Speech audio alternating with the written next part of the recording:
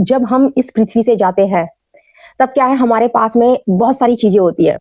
जैसे कि हमारी इच्छाएँ, विचार और हमारे पास में ढेर सारा धन, ठीक है?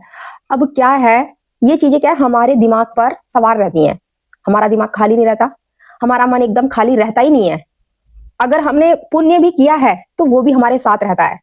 कहते हैं कि जब पाप हमारे साथ में रहता है, तो पुण्य भी हमारे साथ में ही रहता है। तो मैं आपको यही बताना चाहती हूँ, अगर तुम्हारे साथ में कुछ भी है, अगर पुण्य भी है, तब भी तुम इस धरती पर उस पुण्य को भोगने के लिए वापिस आओगे। कैसे?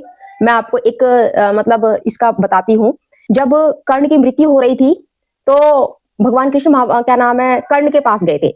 जब कर्ण के पास में गए, तो तड़प रहा था कर्ण, क्योंकि उसने जो फल था, जो उसने क्या नाम है, पाप कर्म किए थे कि जो कौरवों का साथ देकर, दुर्योधन का गलत चीज़ में साथ देकर, तो उसका फल उसने भोग लिया।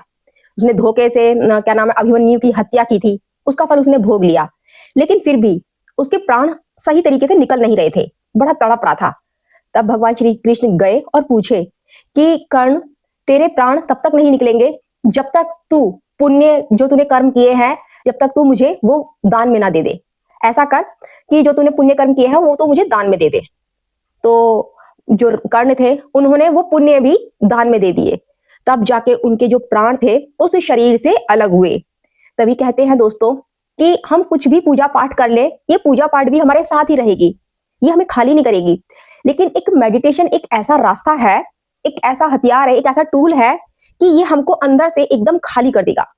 खाली कर देगा मतलब हमारी इच्छाएं, हमारे विचार, हमारी मतलब जो भी कुछ है हमारे साथ में, पाप पुण्य हर एक चीजों को हमसे अलग कर देगा।